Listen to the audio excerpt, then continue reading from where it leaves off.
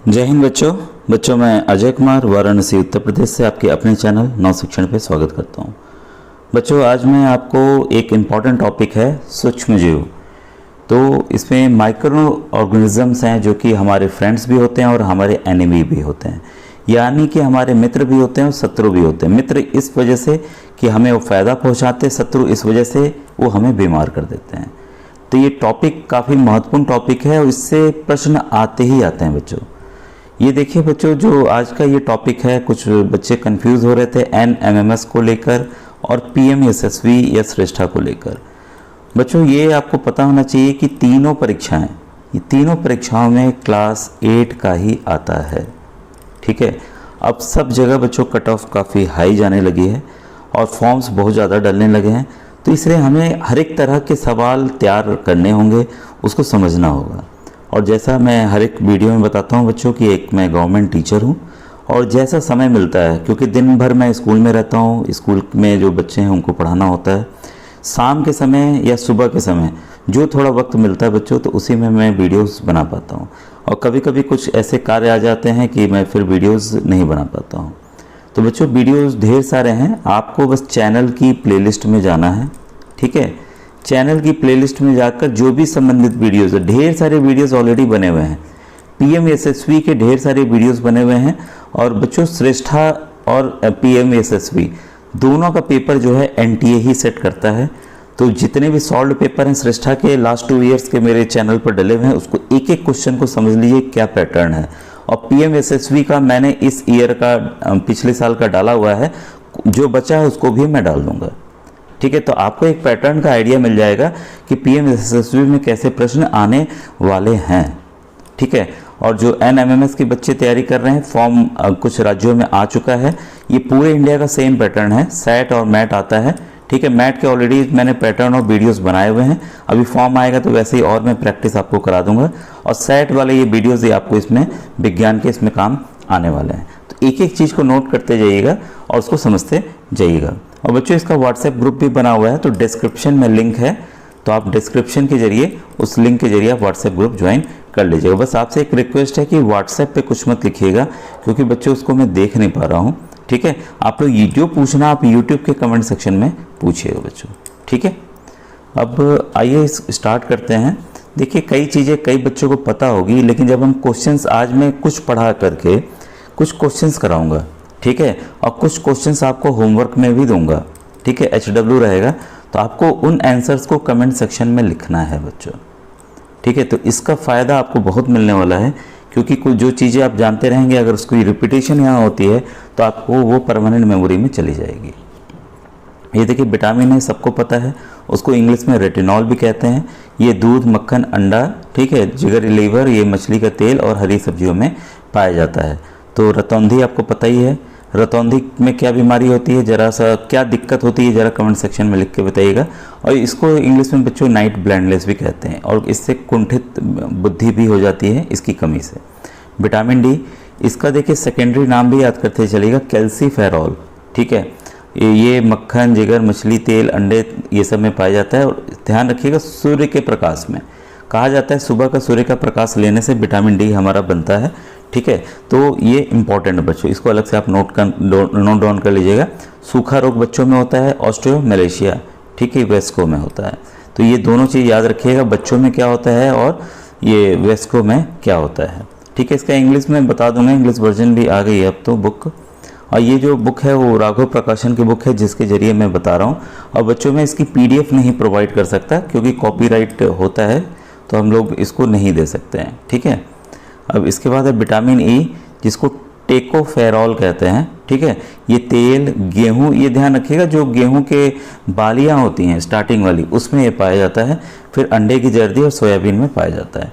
ये जनन क्षमता की कमी हो जाती है, जननांग तथा पेशी कमज़ोर हो जाते हैं अगर विटामिन E की कमजोर ये कमी हो जाए तब। और विटामिन K को नेप्थोक्विनोन कहते हैं। ठीक है, ये आपकी हरी पत्तियाँ, अंडा, जिगर, टमाटर, गोभी, सोयाबीन, ठीक है, ये और जो बैक्टीरिया आंत में होते हैं वो भी बनाते हैं। चोट पर रुधिर का थक्का न जमने से अधिक रक्तस्राव, कहीं आपका है मान लीजिए कट गया तो वो खून बहता ही रहेगा, रुकेगा नहीं। ठीक है, तो ये इसकी कमी से होता है। अब देखिए ये बहुत ही इम्पोर्टेंट है कि जल में घुलनशील और एक फैट में होता है। तो इसको हम लोग समझ लें विटामिन B1। विटामिन बी कई प्रकार के होते हैं, ठीक है। तो विटामिन B1 का दूसरा नाम देखिए थायमिन भी है। ये अनाज, फलियाँ, सब, ये सोयाबीन, दूध, ईस्ट, अंडा, मांस में पाया जाता है। और ये देखिए चीज़ें थोड़ा बहुत याद कर सकते हैं, क्योंकि एक एक चीज़ हमें याद नहीं हो सकती है, लेकिन उसकी कमी से क्या होता है ये ज़रूर आपको याद कर लेना है। तो इसकी कमी से बेरी बेरी बीमारी होती है। विटामिन B2 को बच्चों राइबोफ्लेविन भी कहते हैं, ठीक है। ये त्वचा का फटना इसकी वजह से होता है। विटामिन B3 को निकोटिनिक एसिड कहते हैं, निकोटिनिक अम्ल कहते हैं। इससे पेलेग्रा, त्वचा के दाग हो जाते हैं और 4D सिंड्रोम हो जाता है, ठीक है। इसके बाद है विटामिन B5, इसको पैंथोथेनिक एसिड अम्ल भी कहते हैं। ये चर्म रोग, वृद्धि कम होना, बाल सफ़ेद, अल्सर और जन्म क्षमता कम होना, ये सब होता है, ठीक है। तो कुछ आती हैं सिंपल दवाइयाँ आती हैं, मैं बता दूंगा कभी कि कौन कौन सी आती हैं जिससे आप इनकी कमी कर सकते हैं, और सस्ती आती हैं काफ़ी।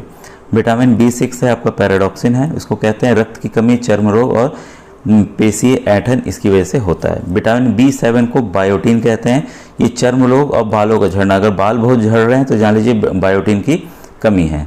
और विटामिन B12 को साइकोबैलामिन कहते हैं, ये काफ़ी इंपॉर्टेंट है, रक्त की कमी, तंत्रिका तंत्र की गड़बड़ियाँ, ठीक है। और इससे क्या होता है कि हमारे में खून में RBC वगैरह ये सब नहीं बन पाते हैं, ठीक है, जिस वजह से खून की कमी हो जाती है। तो विटामिन B12 का बहुत ही बच्चों इंपॉर्टेंट रोल है यहाँ पर। और विटामिन C को एस्कॉर्बिक एसिड कहते हैं, सब कई बच्चे जानते होंगे। तो जितने भी नींबू, खट्टे फल हो गए, टमाटर हो गए, ये सब में विटामिन C पाया जाता है, और इसकी वजह से स्कर्वी रोग होता है। तो आपने कहानी भी सुनी होगी कि पहले लोग जब बहुत पुराने ज़माने में जो समुद्री यात्री करते थे, तो उनके दांत कुछ समय बाद अपने आप से दांतों में से खून और ये सब दांत गिरने लगते थे। उसका कारण था वही विटामिन C की कमी। बाद में ये लोग समझ गए तो अपने साथ नींबू या खट्टी चीज़ें ले जाने लगे थे, ठीक है। फिर है फोलिक अम्ल, ये आपकी रक्त की कमी और अविकसित वृद्धि इसकी वजह से होती है। तो ये हमने विटामिन के बारे में जाना। और देखिए कुछ संक्रामक रोग होते हैं, तो संचारी रोग ही संक्रामक रोग होते हैं। सभी संक्रामक रोग रोगाणुओं या जीवाणुओं द्वारा स्वस्थ शरीर में प्रवेश के परिणाम स्वरूप ही उत्पन्न होते हैं। तो ये बीमारियां वाले तो बच्चों प्रश्न आते ही आते हैं। तो हम लोग को कुछ इम्पोर्टेंट है। अब कोरोना से, अब देखिए कोरोना आपको पता ही है जुकाम की तरह हो रहा है, अब तो ये राइनो वायरस उसकी वजह से है, ठीक है। तो आप कोरोना के लिए भी ऐसे ही कर सकते हैं। तो इसमें फैलने का माध्यम कभी कभी पूछा जाता है, तो प्रत्यक्ष होता है हवा के माध्यम से। इसके और रोग के लक्षण क्या क्या, ये आपको बताने की ज़रूरत नहीं है। बचाव क्या है, जल की ये इसकी कमी से बचना चाहिए, ठीक है। भरपूर पानी वगैरह हमें पीना चाहिए। अगर कोई छींके तो हमें दूरी बनाए रखना चाहिए। अगर कोई छींक रहा है तो उसको खुद बोलना चाहिए भाई रुमाल रखे हो, छींके। तो ये सब कॉमन सावधानियाँ हम लोग जान चुके हैं।